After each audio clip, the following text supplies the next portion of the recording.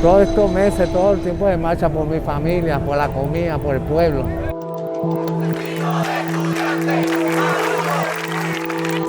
Siempre voy a estar en las calles luchando por la libertad de mis hijos. Y bueno. La violencia del gobierno y la violencia del AMPA. Todos esos son razones para tú salir a protestar, a manifestar, a defender tus derechos y aspirar a una mejor Venezuela.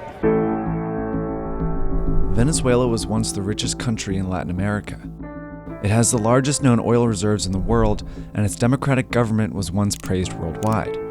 But today, Venezuela's democratic institutions and its economy are in shambles. The country has the highest inflation rate in the world, making food and medicine inaccessible to most Venezuelans. Over the last 4 years, its GDP has fallen 35%, which is a sharper drop than the one seen during the Great Depression in the US. And the country's murder rate has surpassed that of the most dangerous cities in the world. These conditions have sparked months of protests against the president, Nicolas Maduro, and it's easy to see why. The country has become measurably worse since his election in 2013. A poll showed that about 80% of Venezuelans want Maduro removed from office. But instead, the opposite has happened. Maduro has consolidated his power, bringing the country closer to authoritarian rule. Maduro's political ambition became evident in December 2015. 2 years after he became president, a coalition of opposition parties called the Democratic Unity Roundtable, or MUD, won a 2/3 majority in the National Assembly, putting Maduro's rule at risk. In response, Maduro quickly forced out several Supreme Court justices and filled the positions with cronies loyal to him. In March 2016, the court ruled to strip the opposition-led National Assembly of its powers, a move that sparked massive protests across the country. The ruling was reversed a few days later, but the damage was done. Protests continued to grow and have left about 100 dead and thousands injured so far. Despite the violence and public outcry, Maduro held a vote in July to elect a new governing body called the National Constituent Assembly, which would have the power to rewrite Venezuela's constitution and essentially replace the National Assembly, and leave virtually no opposition to Maduro's rule. ¿Por qué está saliendo a votar hoy? Bueno, por el bienestar del país. ¿Qué está buscando en esta nueva Asamblea Nacional Constituyente? Bueno, una paz para todo. With Maduro's recent vote, Venezuelans didn't have a say in whether the assembly should exist. They only had the option to elect its members. But when Maduro's predecessor, Hugo Chavez, proposed a constitutional rewrite in 1999, he first called for a referendum to propose the election of the assembly. After most Venezuelans voted yes, they then elected a new National Constituent Assembly. See, unlike Maduro, Chavez was a charismatic and beloved leader. In the 90s, he burst onto television sets across the country. He blamed government corruption and Venezuela's elite for the economic inequality. His populist message resonated with the country's poor, who eventually helped bring him to power. The key moment in his presidency came in 2004 when oil prices surged.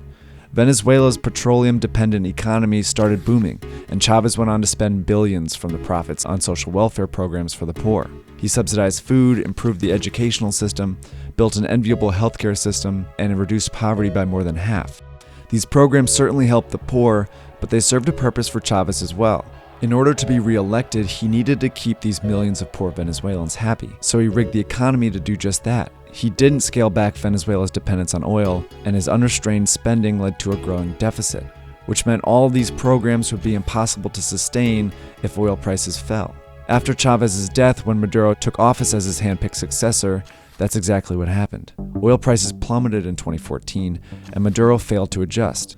Hyperinflation has made medicines and food that were once subsidized unaffordable for Venezuelans poor, who now make up about 82% of the population.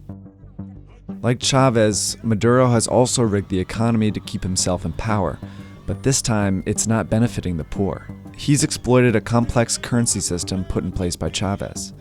Maduro set the official exchange rate at 10 bolívares per US dollar, but only his friends and allies have access to this rate. In reality, the Venezuelan currency has become basically worthless. Most Venezuelans get their dollars on the black market, where the rate is about 12,000 bolívares per dollar.